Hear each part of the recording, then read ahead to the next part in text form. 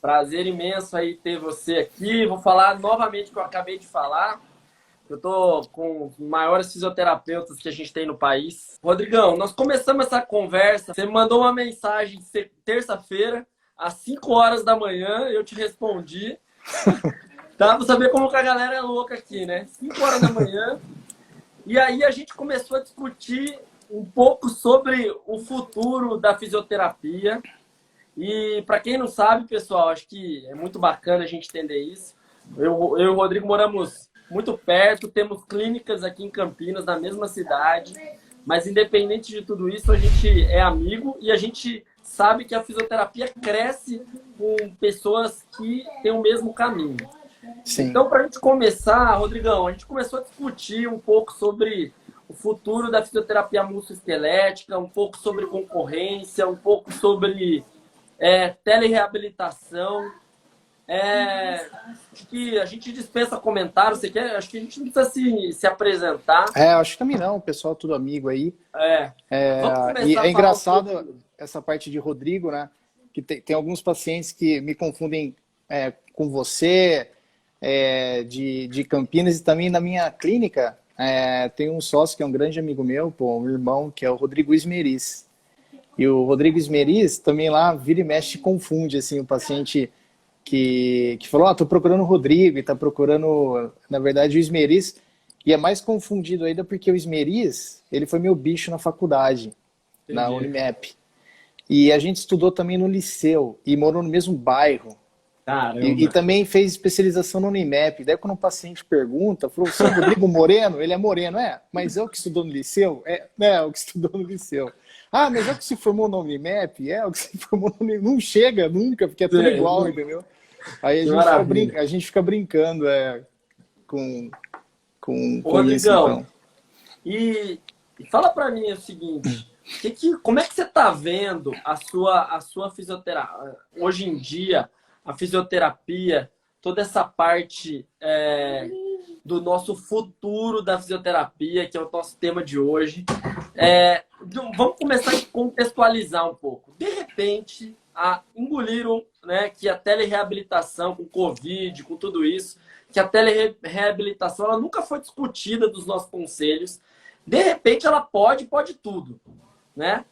E aí, que você pensa disso aí? Como é que tem sido isso para você?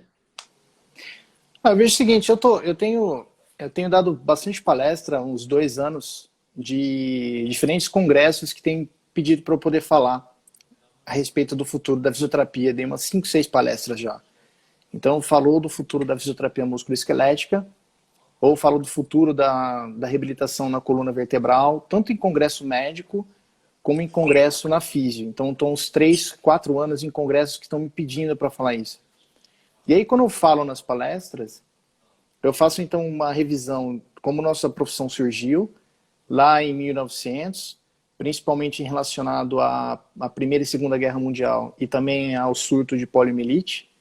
E aí eu venho demonstrando assim, as evoluções que nós tivemos e algumas ironias em relação, por exemplo, ao nosso cuidado da coluna, que basicamente mudou a tecnologia dos equipamentos, mas o princípio é exatamente o mesmo, não houve nenhum tipo de evolução do ponto de vista da terapia que a gente oferece para os pacientes.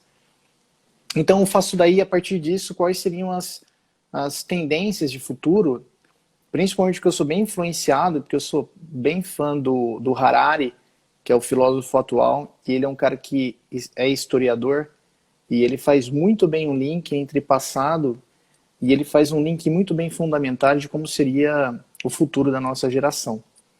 Então eu gosto de fazer uma analogia e utilizar o exemplo dele e jogar o máximo possível para a nossa realidade da fisioterapia no Brasil. Então eu gosto bastante de fazer esse exercício, assim, sabe, Andrade? Sabe, Rodrigo? Tá. E da telereabilitação? Que você acha? Como é que você acha que a fisioterapia ela entrou dessa maneira? Ela veio quase imposta, porque pela necessidade dos pacientes, obviamente, pela nossa necessidade. Mas você acha que precisava ter pensado em regulamentação antes disso, uma vez que a tecnologia já é uma coisa presente? Você acha que a gente precisava ter treinamento? Você acha que a gente precisava ter estudado mais o que já estava sendo utilizado lá fora, em pesquisas científicas? Porque tem coisa boa lá fora mostrando que a telereabilitação pode nos ajudar. A gente vai discutir aqui, até coloquei perto aqui meu laptop ao contrário, para a gente discutir algumas coisas para ver o que tem saído, que é um pouco diferente do que a gente imagina quando a gente fala de telereabilitação. A telereabilitação no Brasil, ela não é nova, já tem teses de mestrado e doutorado nisso. Tem, por exemplo, o Felipe, que é de São José dos Campos, Taubaté, que está uma startup há muito tempo já pesquisando e procurando investir. Né? O Fagundes, que é super bom. O Felipe já está isso já há mais de 4, 5 anos. Já tem, especificamente, na telemedicina, a gente fez um encontro ano passado, lá no Instituto Wilson Mello, no nosso Science Meeting. Então a gente levou a experiência do Einstein para lá, que a gente tem uma parceria forte com um programa de subgrupos, que a gente é a segunda geração da segunda opinião, né? A pesquisa nossa de segunda geração é nossa. E eles têm a telemedicina já, uma sala só para isso, e também telereabilitação, então eles já tinham. E o que surgiu, na verdade, foi que quando deu a notícia da telemedicina, da regulamentação pelo CFM, aí automaticamente nós, como profissão, viemos à cola, né? E principalmente uma questão de desespero, né? No sentido de a gente tentar manter o fluxo da clínica. E, entre aspas, a gente sabe, quem está no mercado sabe, foi o primeiro intuito. A gente veio com o discurso de que os pacientes não podem ficar sem tratamento, que a gente precisa alcançar o máximo de pessoas possível, mas a gente sabe, na verdade, toda a aflição que nós, empresários, quem é empreendedor, quem tem clínica, sabe, de tentar manter o máximo possível. Primeiro, conexão com o seu paciente, entender que você realmente é importante, mesmo nas patologias ou nas condições que elas não são emergenciais, porque a gente vai passar aí 2, 3 meses numa reclusão com o paciente com medo. Uma das primeiras coisas importantes para você mostrar conexão, ou para você mostrar que você está botando valor na vida do seu paciente, que você se importa com ele, é você tentar oferecer o máximo possível, no máximo, pelo menos, um telemonitoramento. Então, a maioria das pessoas, a gente fez telemonitoramento. O paciente já tinha passado por consulta com você, o paciente já estava em reabilitação, e para você não deixar esse paciente sem contato com você, você fazia o telemonitoramento. Ele já sabia os exercícios, ou você passou alguns exercícios. Sim. E teve alguns pacientes que a gente entendeu a limitação. Eu atendi 2 pacientes fora do Brasil, um paciente com uma hernia extrusa, inclusive a Natália, que pediu para eu ver esse paciente lá em Chicago, e a gente percebe, por exemplo, dá para você fazer uma avaliação de joelho, se o paciente está com uma lesão de menisco ou com uma lesão ligamentar. Não dá para você fazer um exame neurológico no paciente.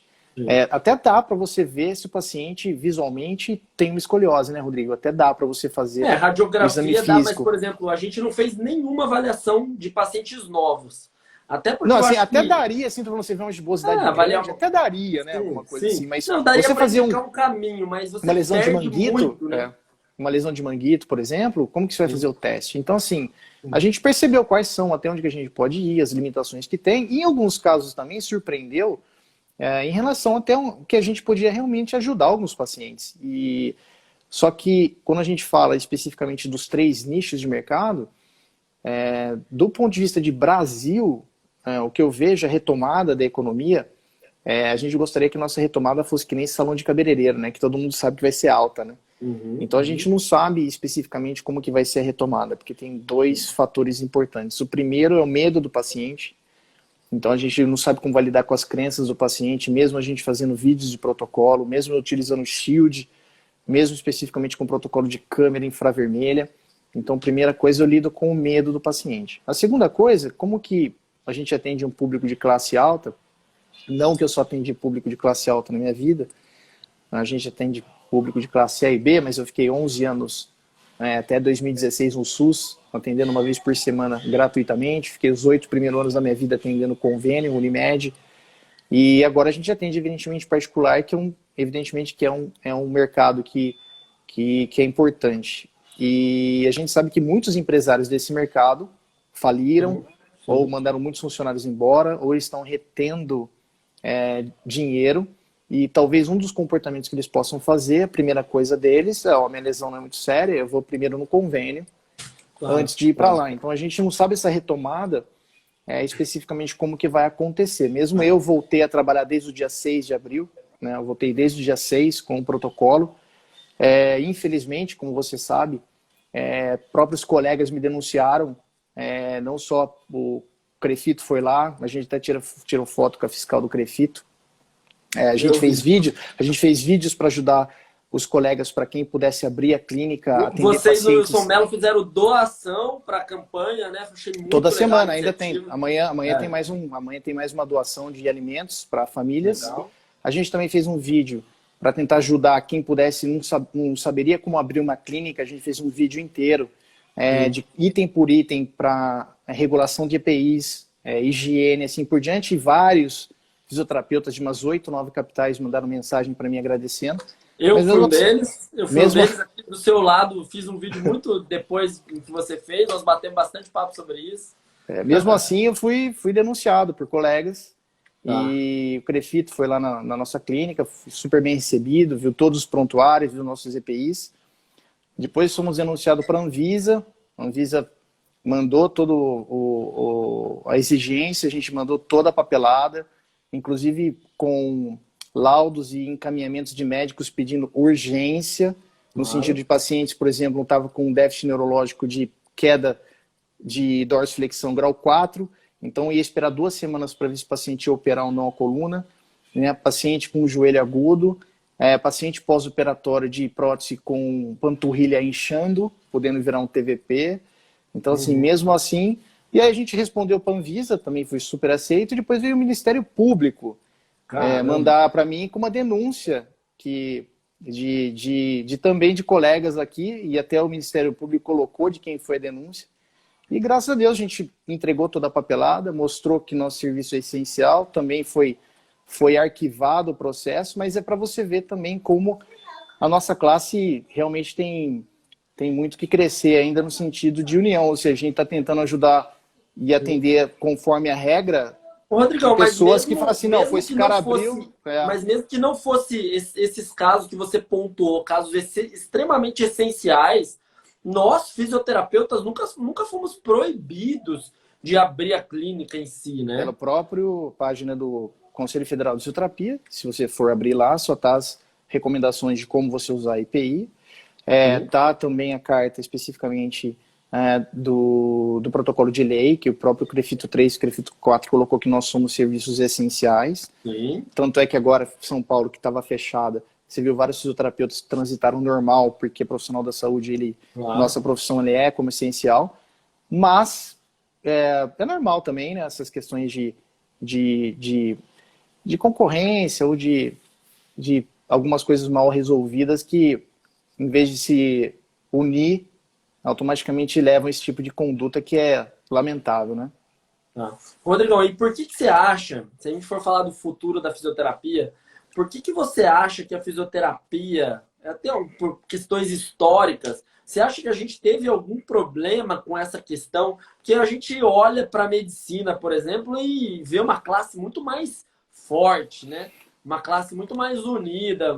Você não consegue ver um médico processando, dando um laudo de que o outro médico errou numa cirurgia. Isso não acontece, absurdamente, é impossível. Por que você acha que a nossa profissão ela tem um pouco desse... Eu não sei se é uma questão de ego. Você tem um raciocínio sobre isso? Eu acho que assim, essa medicina é uma profissão muito... Depois eu falo o que eu penso sobre isso, mas queria saber a sua opinião. A medicina é uma profissão muito mais antiga que a nossa. Tem muito mais, assim como o direito também, eles já passaram por muitas coisas ao longo do tempo. E eles têm muito protocolo de conduta em relação a isso e também são muito mais judicializados. Já receberam muito processos de pacientes, já passaram por muitas questões relacionadas a questões jurídicas. Nossa profissão é uma profissão nova. E a nossa profissão, quando você vê, por exemplo, as pesquisas que foram publicadas, tem uma em Minas Gerais e tem outra em São Paulo, em 2016, na Fisioterapia em Pesquisa, quem quiser observar, tem o salário do fisioterapeuta, né? Então, assim, 70% dos fisioterapeutas no estado de São Paulo, que é o estado mais rico da federação, tem uma pós-graduação lato sensu. Então você vê que você ter pós-graduação lato sensu já não é diferencial de tão concorrido que é, né, Rodrigo? E aí você vê que quem ganha acima de R$ 6.000 é em torno de 6% dos fisioterapeutas e quem ganha acima de R$ 10.000 é 2% dos fisioterapeutas. Então que a maioria ela está lá entre até R$ 3.000 e R$ 3.500. Quando a gente observa isso, a gente percebe automaticamente que apenas 4 a 5% dos fisioterapeutas do Brasil, também feito em pesquisa, são empreendedores.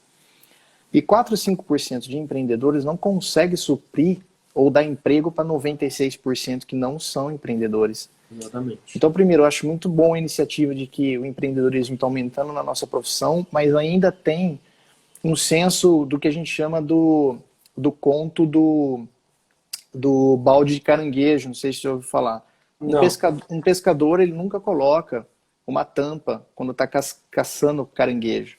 Ele coloca vários caranguejos dentro de um balde e ele não coloca tampa em cima. Ele não precisa colocar tampa em cima, porque toda vez que um caranguejo consegue atingir a borda, os outros que tentam escalar puxam ele para baixo.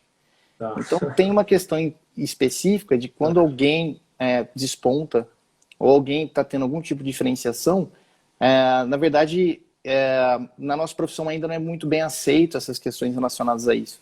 Mas eu acho que é questão de amadurecimento, uma questão especificamente do tempo, um amadurecimento da nossa profissão, ela vai levar a mudar as condutas que hoje nós temos, que são negativas, mas a gente vê também, eu gosto de ver outro lado também, Rodrigo, existe também vários, na verdade, conexões, vários grupos de fisioterapeutas que estão crescendo juntos, que mesmo tendo clínicas diferentes, eles se unem para poder, ou de cidades diferentes, ou da mesma cidade. Você tem também uma galera cada vez maior que está tendo conexões e fazendo comunicação para poder crescer junto e dividir experiências. Você deve receber no seu WhatsApp várias perguntas de vários colegas seus que você ajuda, que você dá exemplo. Eu também faço muito isso todo dia.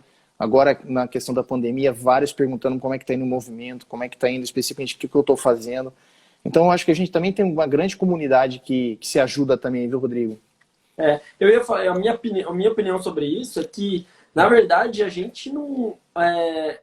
acho que os nossos... Eu gosto daquela frase do filme lá, os nossos inimigos são outros, né? O Tropa de Elite 2 lá.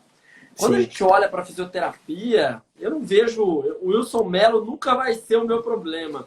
O Wilson Mello, eu com o Rodrigo, né, Escoliose Brasil, aqui em Campinas, na mesma cidade, o Wilson Mello eleva a fisioterapia do Brasil e, consequentemente, a nossa profissão ela cresce, né? Quando eu vejo outros profissionais, né, o Rogério Liporassi lá em Ribeirão, e aí você vê o Gabriel Leão lá em Fortaleza, você vê esses caras crescendo, um monte de clínica boa fazendo, a Natália que você citou, e a gente pode falar 1 milhão de fisioterapeutas empreendedores e que atendem bem. O que a gente, na verdade, está fazendo? A gente está elevando o nome da fisioterapia, a gente está melhorando esses 3%, 6% de pessoas cada vez mais subindo de nível. Eu acho que o maior, para a gente entrar e bater mesmo nessa live aqui, para a gente pensar, o maior inimigo da fisioterapia hoje se chama convênio médico. Unimed pagando R$5, R$6, porque o fisioterapeuta é refém, ele precisa atender 200, o preço é uma mixaria, R$5, R$6, e aí o cara atende de uma qualidade, sem evidência, né, fazendo aquelas condutas passivas. E aí é isso que faz a nossa profissão. Choquinho não funciona. Eu tive uma live com a Josi, que eu conheci aí no Wilson Mello pessoalmente, Josi de Santana. Essa é uma das melhores pesquisadoras de dor do Brasil atualmente. Então, e o TNS funciona muito, só que bem feito, né? Sim. E não só ele. Daí hoje a nossa ideia, a população, se você perguntar para a população, choquinho não funciona. E a nossa vai desvalorizando. E eu vou te fazer uma pergunta assim, tá aqui na minha cabeça. Você acha que o convênio médico o fisioterapeuta deveria parar de atender convênio médico?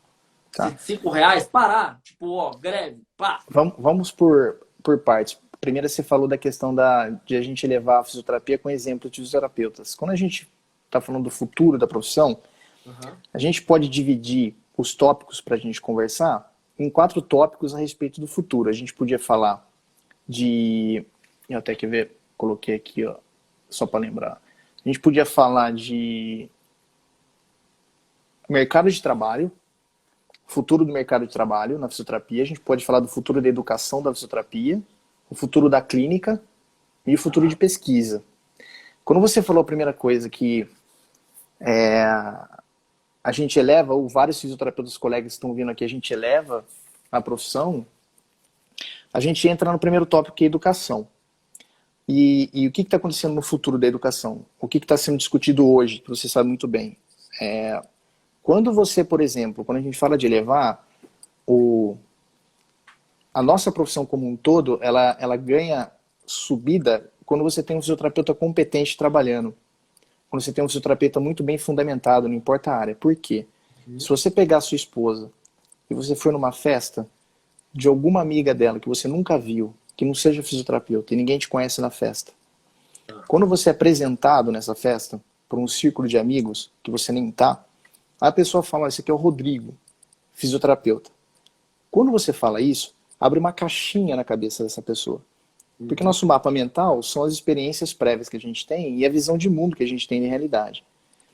Quanto mais da questão quando a gente fala de educacional, e se a gente tem essa pessoa experiência que ela teve, foi 2, 3 vezes, teve problema, aí ela vê aquela imagem do convênio, um cara atendendo 6 ao mesmo tempo, com poucos minutos de sessão, fazendo uma lâmpada vermelha, fazendo um choquinho e um calor com um aquecedor que está velho, e passa uma cordinha para alongar, quando ele ouve falar você fisioterapeuta, ele abre essa imagem na cabeça. Né? Ele abre essa imagem na cabeça. Então, é até difícil você, muitas vezes, apresentar assim. Só que daí, toda vez que cada fisioterapeuta faz uma diferença, ou cada vez mais fisioterapeutas são capacitados e são fora da curva, e ele mudou a vida de um paciente, cada vez mais vai ter essa pessoa que quando você daí se apresenta como fisioterapeuta, a caixinha que sai na cabeça dele foi daquela experiência maravilhosa que ele teve antes. Então daí você honra o seu colega, muitas vezes em milhas de distância, porque se você, por exemplo, uma menina que estava com um Risser 4 aí, com escoliose, que podia estar evoluindo ruim, e você mudou a vida dessa família, e você impediu uma cirurgia, e a gratidão e o valor dado para essa família, o dia que ela estiver lá no Piauí, e alguém foi apresentado e falou, eu sou fisioterapeuta, ele fala, nossa, a primeira coisa que ele vai lembrar é do exemplo do que aconteceu, a sua experiência com você. E assim a gente vai mudando o papel ou a imagem da nossa profissão como um todo. E aí entra na questão da educação. O que eu vejo hoje? O meu mundo ideal, eu vejo, por exemplo, a PUC de Campinas, Rodrigo. Você se formou na PUC, né? Não na UNERP, né, Rodrigo? Eu me formei em Araras, não em Araras. Na UNERAS, que é uma excelente faculdade também, já dei palestra lá. Na PUC, por exemplo, são 5 anos. 5 anos. Né? Que é o rol hoje, que a maioria das faculdades ainda já são 5 anos. Então são mais de 4.000 horas. A gente tem convênio institucional com a PUC, então a gente tem a partir do 4º ano os estagiários que fazem nosso data science. E a gente vê como estão as formações deles, eles ficam 1 ano com a gente, no último ano. No 4º e no 5º ano eles ficam, né? Porque é homologado, então tem que seguir as regras do CREFITO. E depois disso, eles podem fazer 3 ressonâncias, 3 residências de 2 anos cada uma, Rodrigo. Residência em trauma, residência em saúde da mulher, e residência em mais uma área que eu não sei se é saúde pública, alguma coisa no sentido. E ainda você tem hoje as sociedades que estão se fortalecendo, que está tendo prova de título de especialista.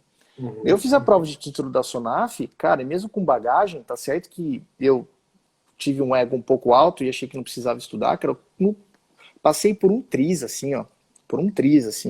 Prova super difícil. Então, assim, você imagina um físio hoje, com 5 anos de graduação, com 2 anos de residência, faz uma prova de título de especialista. Isso, se fosse, por exemplo, e se instaurar isso no Brasil, você começa a demonstrar para a sociedade que um fisioterapeuta demora para se formar, que um fisioterapeuta tem título de especialista, que faz residência. Você observa outros indicadores, como médicos e outros profissionais, que começam a observar de lado, poxa, olha como que eles se demoram para formar. E outra coisa, tem uma prova de título, uma prova de proficiência. Você pode se formar na faculdade que tu quiser. Tu quer fazer 4 anos noturno? Tu quer fazer... Porque lembrando hoje, que eu estava conversando com o Fernando, que é o professor do Rio de Janeiro, já tem 32 cursos EAD na graduação da fisioterapia. Cara, eu não tenho problema nenhum, por exemplo, eu assino o MedBridge, eu assino o Physio Update. Eu acho que, depois de formado, eu assino 2 plataformas, cara, que me ajuda muito o EAD para me atualizar. Mas Agora, você teve uma bagagem, né? Você teve uma base, um alicerce forte. agora a graduação, eu até concordo que algumas disciplinas pode ser EAD, não tem problema. Eu Não não sei tem se você problema, lembra, né? Rodrigo, a última vez que a gente se viu pessoalmente vai fazer um ano, hein? Foi no Cobrafito do ano passado. Foi. E é porque a gente mora longe, é por isso. O Zican, o Fernando O Zican, Zican. eu falei que você lembra o Zican falando, é ele Ah, mesmo, tá. Fernando. O Fernando Zican, ele colocou, na verdade, ele falou na palestra que uma única universidade, ela tinha aberto 22 mil, eu guardei isso na minha mente aqui, ó, 22 mil vagas EAD. Em um curso, 22 mil isso. vagas Isso, EAD. isso. É absurdo, é infinito a vaga EAD, porque o professor grava a aula uma única vez e aquilo lá se propaga de uma maneira É. assim. Lembrando, né, Rodrigo, que a gente também tem que entender e tem que ter uma mente aberta, que eu vejo o seguinte, quando a gente fala de EAD ou quando a gente fala de telereabilitação, se tem uma coisa que eu sei que vai ficar, e isso realmente foi a revolução, são os eventos online, Rodrigo. Sim. Cara, fiz 26 eventos no Instituto, que a gente tem um núcleo de estudos. Eu já passei cada absurdo de quase que eu não sei porque eu tive um infarto, porque para você, passagem aérea para palestrantes. Eu organizo o curso de joelho de Campinas, que é feito a cada 4 anos. 30 palestrantes. Passagem aérea de cada um. Estadia de cada um. Aí você montar toda a programação científica. O hotel como é caro. Quantas coisas podem dar errado. Eu trouxe a Rin Davis, que a gente fez o curso de corrida, que é a única fisioterapeuta que é professora titular em Harvard, no departamento de fisiatria. A gente trouxe ela em 2015 ou 2016. Cara, eu tava atendendo. Tinha 90 fisioterapeutas do Brasil inteiro, tudo pago. O voo dela ia ser 5 da tarde. 9 da manhã, o Paulo Teixeira, que agora está fazendo doutorado em Harvard, me liga e falou assim, Rodrigo, você não sabe. Ela perguntou se precisa de visto para vir no Brasil. Puta que pariu. Eu tava com a mão no pescoço do paciente. Assim. Começou a me dar uma... Eu falei assim, cara, eu não tô ouvindo, o que foi? Ela falou que precisa de visto, porque ela veio há 2 anos, achou que não precisa, ela nem viu o passaporte dela. Cara, você não tem noção. Nossa Senhora da Aparecida estava com a gente. Essa nega conseguiu ir no consulado, ser atendida no consulado e conseguir as coisas a tempo. E aí ela tinha conseguido o voo, ela tinha conseguido o visto por um milagre do céu. O consulado da Embaixada Americana foi uma coisa espetacular. Que e nunca antes visto na face da Terra. Que ajudou a gente. Eu com agenda lotada até 9 da noite, cara. Até 9 da noite, o curso ia começar no dia seguinte. E nego já chegando no hotel. Imagina eu ter que reembolsar a passagem aérea de todo mundo, hotel de todo mundo. Tá falido. Então, assim, e ela ia se atrasar pro voo, o voo dela atrasou em 2 horas, cara. E aí ela tira foto, assim, dentro do avião, cara. E aí eu tomei Abriu uma champanhe. Tomei 1 litro de vinho aqui sozinho. Mas, assim, essas coisas... Você pode fazer um curso hoje com 15 palestrantes internacionais. O nosso evento, que vai ser semana que vem, a gente arrumou ele em 15 dias. Na verdade, Rodrigo, o custo bem menor. Então, assim, para mim, cara, eu acho que as questões de empresas que trabalham com evento na área da medicina e na área da fisioterapia tomaram um coice nessa pandemia, porque é uma coisa muito mais cômoda que você pode ter uma interação e as ferramentas estão melhorando cada vez mais em relação a eventos online, você não acha, Rodrigo? Rodrigão, eu dei uma aula hoje à tarde esqueci, Fitaro, que chama o aplicativo. Confitaro, sei. Isso. Hoje, quinta-feira à tarde, eu no meu consultório, com o computador ligado, tinha 420 pessoas, foi o recorde do dia lá. 400, tinha mais pessoas que agora, 420 pessoas, no meio de uma tarde de quinta-feira. Você consegue imaginar isso? E para locomover ou para pôr 450 pessoas no hotel, né, Rodrigo? Quanto que seria trabalhoso, né? Você não consegue. E outra coisa, Rodrigo, aí tem uma coisa que os negros estão falando, não é nada. O que importa mesmo é curso prático. Tem que ter prática. Mas eu falo para você, cara, eu sou veiaco com curso. Uhum. principalmente de terapia manual. Tá. A realidade da terapia manual, de curso de terapia manual, vou falar para você qual que é que você sabe. Há muitos cursos que a gente vê já, o nego ia lá e ficava como se fosse assim, você querer entreter criança. Por quê? O Uhum. professor estrangeiro ia lá, você está de tradutor, ele dava técnica, o cara fazia uma ou duas vezes, Rodrigo, e ficava E vendo no se celular esperando vira. outra técnica. Tipo, Isso, ele isso. revezava a maca com o cara, e aí, porra, mas vocês não vão treinar, cara? O médico, o instrutor tá passando em todas as macas, o cara fez duas vezes malemar e já tá conversando Aham. com outra mesa. Isso é uma E, coisa e importante, porque o então, fisioterapeuta brasileiro ele dá um valor enorme para curso internacional. Eu fiz vários também. E a gente ensina, ensina tudo, né, Rodrigo? Essa é a sim, diferença nossa brasileira, né? sim. Você vai aprender, às vezes, muito mais com o fisioterapeuta brasileiro que já gastou. Ele vai te dar muito empenho, muito mais do que, às vezes, esse curso internacional que você pagou uma fortuna, né? Isso é uma verdade mesmo. Então, assim, quando faz essa tipo de questão específica, lembra que quando a gente. Um clínico completo, e quando a gente fala da parte clínica, a clínica era uma arte. A parte da ciência envolve a questão cognitiva. Mas a questão operacional é repetição, é uma arte. Se você vai fazer uma abraçada na natação, se você vai fazer uma técnica de terapia manual, é repetição, é repetição, é repetição. E eu pergunto, quando você vai num curso prático, e aí você vê isso, eu pergunto, pô, o cara ele fez duas vezes aquela técnica, então no curso de 3 dias teve lá umas 22 técnicas. Depois de um mês, quanto dessas 22 técnicas ele repetiu? Quantas vezes ele pegou um amigo dele e ficou 3 vezes por semana? Negada, vamos treinar 50 vezes essa manipulação de C7. Claro.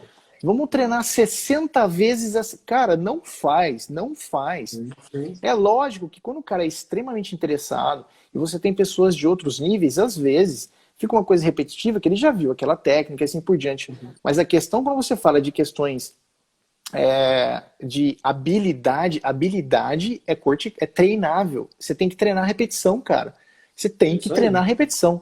Aí quando você fala de biomecânica de exercício, Rodrigo, cara, não tem diferença nenhuma eu ficar vendo um vídeo, concorda? Eu ficar vendo um vídeo Concordo. de um movimento assim por diante do que eu tô vendo ao vivo. O que eu acho que é legal ao vivo, eu acho que daí é a experiência. Você traz um cara Sim. top, eu gostaria de ver o cara falando, ou trocar uma ideia pessoalmente com o cara, ou sentir energia especificamente do E o ambiente, network entendeu? que isso faz, né? Os colegas que foram lá buscar essa Exatamente, cara. pessoa. Eu acho que vale a pena, mas eu acho que Sim. a tendência é reduzir pelo custo alto que o dólar está agora, que eu acho que vai reduzir as questões também de locomoção, porque a gente vai conviver com o Covid-19 um bom tempo. Então, Uhum. realmente, eu acho assim, quem vive de evento, eu acho que tem uma boa ferramenta no futuro e vai ser o futuro realmente. Uhum. Grandes eventos para 8, 9 mil pessoas, 10 mil pessoas que você pode colocar num belo evento e também a negociação de honorários, né, Rodrigo? Porque não acha que Claro. você vai trazer o gringo, porque você não está pagando passageiro e estadia, que você não vai ter que pagar honorário pro cara, né, Rodrigo? Vai, mas você não precisa pagar todos os dias, né? Já barateia muito isso, né? Sim. Isso E também você vai ter que pagar porque você gravar o evento e poder utilizar esse evento, você vai ter que publicar. pagar direitos autorais para ele também, né? Claro, claro. Rodrigão, e aí Então, você isso que eu colocou acho que vários. é isso que eu acho da educação. Mas quando a gente fala de Tá. educação, é Isso, importante que colocou vários tópicos, né? a gente não ficar comparando a questão da educação com os Estados Unidos. Porque o que está acontecendo hoje? Qual vai ser o futuro? Nos Estados Unidos, a educação também é bem longa deles. Você faz 4 anos de bacharelado, mas se não é 4 anos de bacharelado em fisioterapia. Você pode fazer em artes, você pode fazer em Uhum. biologia, você pode fazer em cinesiologia, kinesiology. Depois desses 4 anos, você entra na escola de fisioterapia, na faculdade de fisioterapia, que antigamente era 2 anos, que era o MPT, e agora é 3 anos, que é o DPT, que é o Doctor Physical Therapy. Então eles colocaram em 2000 um projeto que em 2020 todos os terapeutas nos Estados Unidos eles iam ter livre acesso, eles iam ser profissional de primeiro contato e todos seriam Doctor of Physical Therapy, que não é PhD, mas é um doutorado clínico, né? Então ele termina a faculdade. O que está acontecendo nos Estados Unidos? Nos Estados Unidos a empregabilidade ela é muito boa, só que tem uma questão importante que os alunos eles se endividam até o talo com uma hipoteca de 20 anos, 25 anos pagando o financiamento que eles fazem para poder fazer a faculdade. Não só a faculdade do bacharelado, como depois especificamente do programa de DPT. Então um eles seguro fazem... muito caro lá também, né, Rodrigão? O Mas seguro não é contra nem processo, tanto. né? Nem tanto? Isso não é nem tanto. O que é caro é faculdade. Mas a faculdade, 4 anos de bacharelado, 3 anos de DPT. E tem os fellowships, ou as residências, que são 2 anos também. E você tem as provas de certificação. Você tem 2 tipos de provas. Tem a prova que cada estado que você vai, você tem que prestar a OAB deles para poder legislar naquele estado, para poder aplicar naquele estado. O que está acontecendo agora? O que está acontecendo é que a gente fala da EAD, mas, por exemplo, a Universidade de Pittsburgh, onde eu estudei, é a primeira dos Estados Unidos. Ela é empatada com a Delaware. E ela é, de novo, a primeira agora, no último censo. Só que eles estão implantando, sim, EAD na graduação. E, possivelmente, vai ter projeto que o DPT de 3 anos vai cair para 2 anos. E o DPT, quem era fisioterapeuta que se formou antes do DPT, poderia fazer a transição para o DPT. E tem muitos programas de transição que são EAD, que você pega o DPT via EAD. E agora eles estão reduzindo com o projeto de reduzir, então, a faculdade de fisioterapia para 2 anos. Por quê? Porque está muito caro e está vendo que os caras não conseguem pagar. Então, assim, é uma questão que é interessante, porque tanto a relação deles mudou com a gente, porque eles estão agora mudando todo o foco, como vai ser só 2 anos, o que vai ter de mercado da educação no futuro nos Estados Unidos vão ser os cursos de pós-graduação de residência e vão ser as educações continuadas, um processo que acontece mais ou menos aqui. Sim. Então a tendência nos Estados Unidos é sim na graduação o EAD dominar, eles diminuírem o DPT de 3 anos para 2 anos e o mercado de pós-graduações deles, de cursos de capacitação depois da graduação aumentar, porque eles querem reduzir o custo, especificamente dos fisioterapeutas, para poder pagar e também a universidade sobreviver, já que o número de alunos podem diminuir, né, ao longo do tempo. Então, eu acho que esse é o futuro, no caso, quando a gente fala de educação, né, Rodrigo? E aqui no Brasil, como que você vê isso? Depois eu vejo um processo aqui mudou político, de 4 para 5 anos. Mas estão com projetos de reduzir para 4 de novo. Então, assim, eu vejo assim, o Brasil tem 800 faculdades de fisioterapia. 800, Rodrigo. São 250 mil físios no Brasil. Tem uma briga política, daí eu estou falando a minha opinião, que, por exemplo, no CREFITO, todo fisioterapeuta que se forma, e deve ter uns 12 a 15 mil por ano se formando, é um CREFITO novo, certo? Claro. E aí, para cada CREFITOS, você entra numa anuidade nova. Só que também você tem uma baixa de anuidade. Fisioterapeutas, quando você pega CREFITOS de 5 anos, tem muito cancelamento de inscrições. E a grande questão que fica é, por que não você fazer um exame de proficiência nacional, de você faz uma meritocracia e para proteger a população, que você pode ter feito um curso noturno numa faculdade que custa R$320 e que não tem professores capacitados, foi sua escolha fazer isso. E você, com esse diploma na mão, você ainda não está elegível, não tem o número para poder exercer a fisioterapia. Você pode ser como se fosse um bacharel em direito, mas você não advoga. E que você prestaria uma prova nacional para poder ter o CREFITO do seu estado. E com isso, você automaticamente ter uma linha. E com os programas de residência e os programas de título de especialista, as provas de título de especialista, você vai afinando ou você vai afunilando essas questões de qualidade que a população percebe. E é importante as sociedades elas serem grandes, porque quanto mais organizada uma sociedade científica, quanto maior ela for, e ela tem uma prova para você poder entrar, ela fica tão grande que se você não faz parte, você se sente excluído. Claro, claro. E também pode acontecer no futuro, que nem hospitais, por exemplo, você não vai operar um joelho lá se você não tiver o TOT, que é o título de especialista da SBOT. Você tem que mostrar o número do TOT. Não é só você mostrar que é formado em medicina. Então, eu acho que daí a sociedade ela pode fazer estratégias para poder proteger a população caso a educação, que é uma regulamentação do MEC, o COFITO não tem nada a ver com a educação, não é ele que fiscaliza a educação, quem é o MEC, mas o COFITO poderia proteger a classe com um exame de proficiência de qualidade para poder diferenciar quem, na verdade, fez uma boa formação ou não. Você já viu alguma coisa? Nós temos isso? Alguém tá pleiteando esse tipo de prova? Teve discussões bastante a respeito disso, uns 5, 6 anos atrás. Mas, Tá parado, né? mas geralmente o posicionamento do COFITO é contra exame de proficiência. Tá. Para mim seria.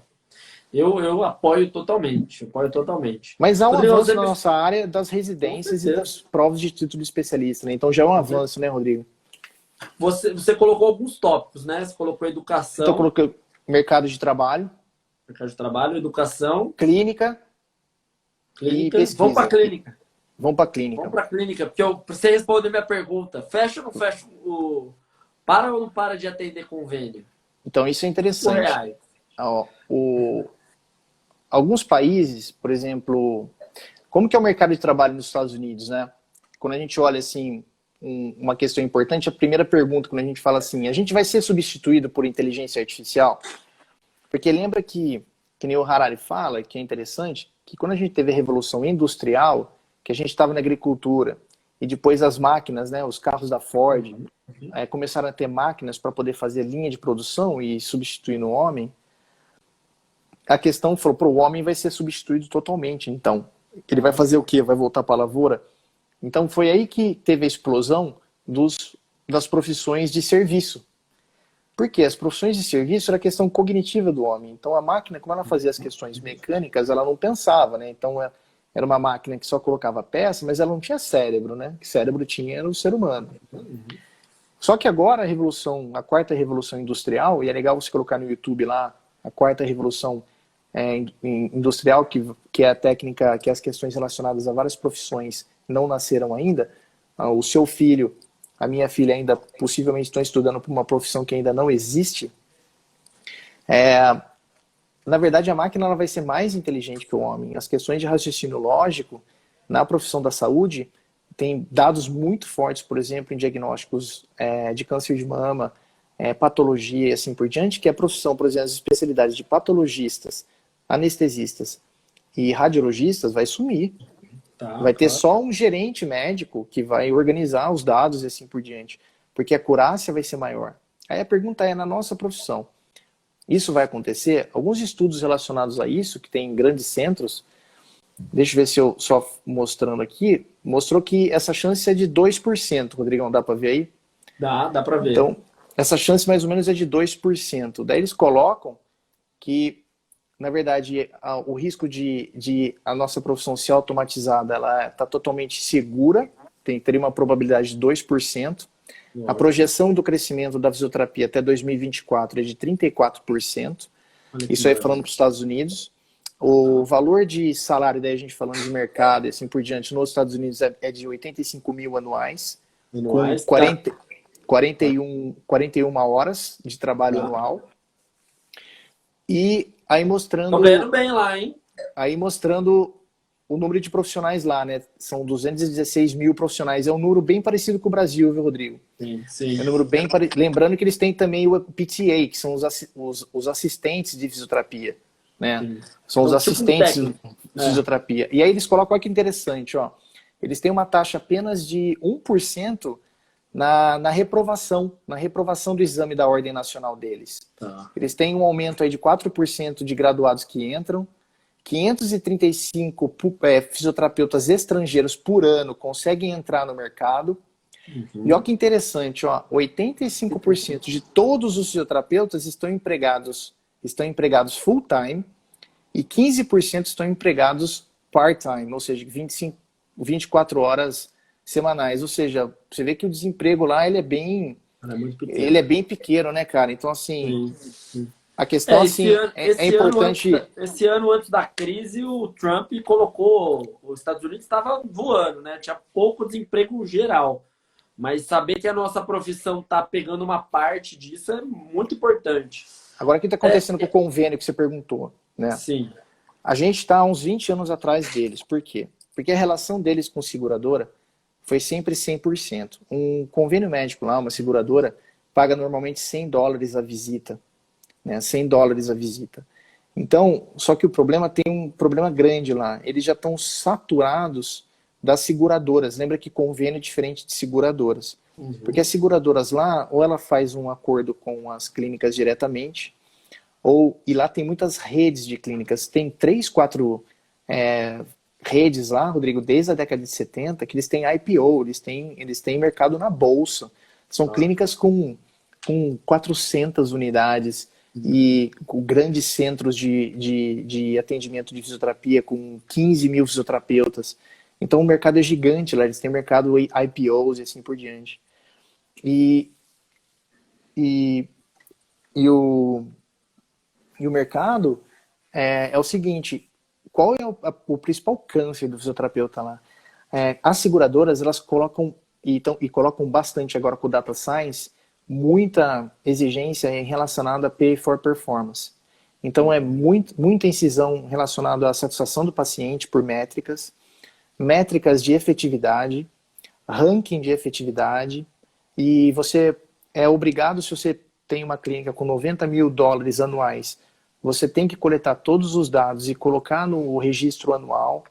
E quando você termina, você vê um fisioterapeuta atendendo lá, eles ficam geralmente 2 horas a mais na clínica, e não é pago isso, só para fazer todo o relatório do atendimento da evolução clínica de cada paciente, porque ele não recebe se ele não completar o dado da evolução clínica. Então essa questão, por exemplo, de muito dado cada vez mais a seguradora está pedindo. Você recebe 9,8% a mais a sua sessão se você tiver no percentil de clínicas que atendem menor número de pacientes, menor número de sessões com maior efetividade. E você tem que demonstrar seus resultados. No começo, eles estavam gostando, mas daí cada vez mais as seguradoras estão pressionando por pacotes. O que é pacote? Às vezes eles pegam, por exemplo, a gente chama as grandes empresas, elas estão pegando todo mundo junto da experiência do cliente, do começo ao fim. Então ela está pagando, por exemplo, o pré-operatório do paciente, ou a consulta médica e fisioterapêutica, paga a cirurgia, paga quantos dias o cara ficou lá no hospital e paga as sessões de fisioterapia. Aí você dá um valor único. E esse valor único ele vai mudando de estado para estado, e você tem que mostrar a métrica dessa experiência inteira do paciente. Então, assim, é uma questão interessante, mas é uma questão relacionada que o mercado de lá não dá para a gente comparar, Rodrigo. Cirurgia de coluna, prótese do quadril, prótese do joelho. O Brasil é como se fosse Paulínia versus São Paulo, entendeu? É isso aí. É um negócio absurdo o volume de dinheiro, o volume de negociações que são feitas. A gente nem tem noção do que é isso. Aqui é que a gente deixa a galera na fila de espera, né? A gente deixa a galera na fila de espera.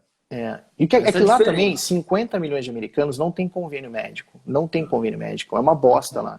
Eu, sinceramente, sou defensor do SUS, e como o Canadá também, como a Inglaterra, que você tem saúde para todos, e assim como a Holanda. Então, para mim, o serviço americano de saúde é uma bosta, entendeu? E principalmente do seguinte, o americano, então, ele passou essa curva de relação com seguradoras, que o Brasil está entrando agora, porque está caindo os convênios e está chegando as seguradoras que está fazendo co-pay, ou ele paga uma porcentagem. São Paulo é muito isso. São Paulo é absurdamente. Todo mundo tem reembolso. Então agora a gente começou, agora que a gente está tendo a primeira experiência de segunda opinião cirúrgica com o Hospital Care, que chegou em Campinas e comprou o Veracruz e comprou o hospital em Ribeirão Preto com cirurgia de coluna. Então eu estou entrando nesse mundo agora, evidentemente com valores diferenciados, mas os Estados Unidos já saiu disso agora e eles estão fazendo um grande movimento lá, que é o que se chama Cash Only Physical Therapy, que na verdade ao melhorar a experiência do paciente o máximo possível com conexão, com atendimento individualizado, com atendimento acima da média da experiência do paciente, para eles poderem receber diretamente do bolso do paciente. Ou do bolso, ou com contratos com seguradoras, que a seguradora, por exemplo, paga R$40 para ele, e o resto, dos 160, R$180 a sessão, 200, ele paga do bolso dele, mas ele tem que avaliar valor. Então eles estão usando o Data Science para poder se diferenciar uma clínica da outra, para poder demonstrar daí para o consumidor que ele vai lá e é legal ele colocar, daí pagar à vista ou em dinheiro. Então eles estão fazendo um grande movimento em relação a isso agora. E esse é o futuro do mercado, no caso dos Estados Unidos. Quando você olha aí o mercado dos outros países, a gente pega a Austrália, a gente pega Holanda principalmente, Canadá e Inglaterra. Principalmente a Holanda é o primeiro país que teve o acesso direto do fisioterapeuta. Eles começaram em 2006. Então, você pode ir lá pelo SUS aqui, por exemplo, você tem um atendimento fisioterapeuta em primeiro contato. E o que a gente percebe, na verdade, são essas questões, que vai ser diferente no Brasil. Então, você tem, na verdade, o ganho ao acesso direto, que aqui no Brasil a gente só tem do modo privado, particular, e que por seguradores e pelo SUS, o fisioterapeuta ele não é contato direto. E que, teoricamente, no futuro, eu não vejo isso acontecer no Brasil por causa de lobby político, que é muito forte da medicina. Muito forte, claro. Muito forte da medicina. E o COFITO, ele não tem... Se você vê quantos deputados fisioterapeutas... Não, a gente não tem. A gente tem representatividade nenhuma Eu acho que tinha um deputado só fisioterapeuta, entendeu? Se a gente pegar vereadores, se a gente pegar deputado estadual, deputado federal, não existe. Na medicina é muito maior. Isso então o futuro é o primeiro acesso, que 58% dos países tem fisioterapeuta com acesso direto. Mas você não vê especificamente fisioterapeutas milionários. Isso você não vai ver na classe. Na Inglaterra, o cara ele é primeiro contato, tem uma responsabilidade, mas ele não está ganhando rios de dinheiro comparado com quem não é. Na Holanda, como também o serviço assim no Canadá, o salário é bom e assim por diante, mas também tem uma disparidade muito grande comparado, evidentemente, com os cirurgiões e assim por diante. Então a questão mais é de responsabilidade, de reconhecimento da população pelo nível que o fisioterapeuta é, mas no Brasil, o primeiro contato pelo SUS e pelo convênio, sinceramente, no futuro, eu não vejo isso acontecendo tão perto, viu, Rodrigo? Enquanto a gente não tiver representatividade legislativa. Você acha que a classe, se ela se unisse de alguma maneira para que melhorasse o honorário, porque o fisioterapeuta ele não sabe para quem reclamar, né? Ele reclama do conselho, do CREFITO, da sua regional, mas quem determina o valor, por exemplo, que o conselho paga seria a associação, seria, sei lá, alguma organização. E, na verdade, um sindicato, na verdade. E na verdade, a gente não tem representatividade de sindicato nenhuma, né? Eu vejo assim. E aí fica na mão desses da Unimed, por exemplo. A Unimed é maior, né? R$5, R$6. Então, eu vejo duas coisas acontecendo no futuro, né, Rodrigo? A Unimed, na minha opinião, ela não tem sobrevida por mais de 10 a 12 anos. Ela vai ser engolida. São Paulo faliu já. Ela vai ser engolida por seguradoras gringas, americanas. E isso no Brasil pode ter uma grande mudança. Você tem seguradoras pagando R$100 a sessão. Você tem seguradoras pagando R$160 a sessão. Sim. No Brasil inteiro. Então, assim, cada vez mais você vê que a tendência vai ser uma briga entre particulares e seguradoras, principalmente porque muitas seguradoras vão estar pagando um valor de particular e o seu volume pode ser maior, e essas seguradoras vão implementar e vão colocar no mercado serviços de data science no sentido que a gente já discutiu, que nos Estados Unidos já acontece há 20 anos. Então, assim, o que acontece é que tem um erro do fisioterapeuta de achar que o CREFITO tem que dar emprego. O CREFITO não é sindicato. O CREFITO ele fiscaliza profissionais. Ponto. Acabou. Na verdade, ele protege a população, ainda mais que isso. Só que o problema é que no Brasil, a cultura de sindicato é antro de bandido. Claro. A cultura de sindicato... 14 anos do poder aí. Ó. A cultura de sindicato no Brasil, infelizmente, é muita corrupção. E é difícil você necessita de sindicatos, sim, né? Você tem sindicatos da área da saúde. Só que essa representatividade entre você pegar a ciência, você colocar estudos de custo-efetividade, sentar na frente de operadoras e falar o seguinte: olha quanto eu economizo de cirurgia, olha quanto eu economizo dias de leito, olha quanto eu coloco o paciente não rodando no seu sistema, fazendo múltiplas consultas. Por isso que a gente precisa de cientistas para fazer estudos pragmáticos, para demonstrar a questão, principalmente em estudos utilizando o EQ5D, que é qualidade de vida versus custo-efetividade, e mostrar para as operadoras. A partir daí é sentar na mesa e a gente ter representantes que manjem muito de negociação com operadoras, né? Que essa negociação é uma negociação difícil, médicos se estressam, hospitais se estressam com seguradoras, lidando com seguradoras. E isso é uma questão que eu vejo que tem associações boas no Brasil em relação a lidando com isso, começando a crescer em relação a isso. E também eu vejo apoios de diferentes CREFITOs que ajudam, de certo modo, mesmo não sendo a função dele. Por exemplo, como o CREFITO 4,